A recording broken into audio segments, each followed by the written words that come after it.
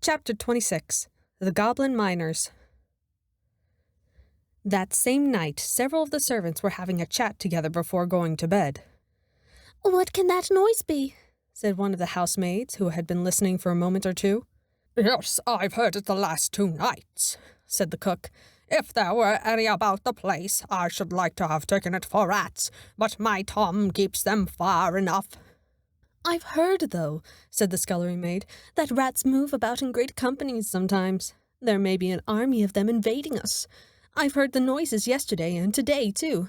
"It'll be grand fun, then, for my Tom and Mrs. Housekeeper's Bob," said the cook. "They'll be friends for once in their lives, and fight on the same side. I'll engage Tom and Bob together will put to flight any number of rats." "It seems to me," said the nurse, "that the noises are much too loud for that. I have heard them all day, and my princess has asked me several times what they could be, and sometimes like the noises you hear in the mountains from those horrid miners underneath." "I shouldn't wonder," said the cook, "if it was the miners after all. They may have come on some hole in the mountain through which the noises reach to us. They are always boring and blasting and breaking, you know." As he spoke, there came a great rolling rumble beneath them, and the house quivered. They all started up in a fright, and rushing to the hall, found the gentlemen-at-arms in consternation also.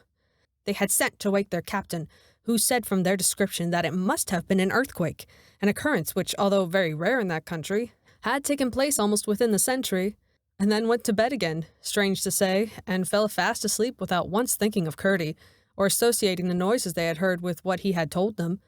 He had not believed Curdie.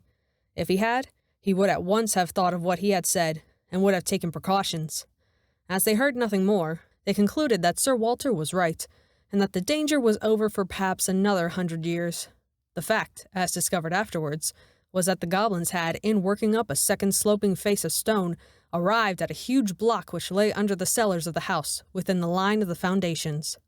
It was so round that when they succeeded, after hard work, in dislodging it without blasting, it rolled thundering down the slope with a bounding, jarring roll which shook the foundations of the house. The goblins were themselves dismayed at the noise, for they knew, by careful spying and measuring, that they must now be very near, if not under, the king's house, and they feared giving an alarm. They, therefore, remained quiet for a while. And when they began to work again, they no doubt thought themselves very fortunate in coming upon a vein of sand which filled a winding fissure in the rock on which the house was built. By scooping this away, they came out in the king's wine cellar. No sooner did they find where they were than they scurried back again, like rats into their holes, and running at full speed to their goblin palace, announced their success to the king and queen with shouts of triumph.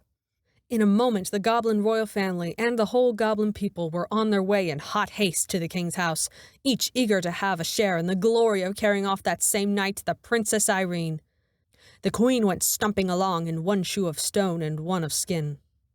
This could not have been pleasant, and my readers may wonder that with such skillful workmen about her, she had not yet replaced the shoe carried off by Curdie.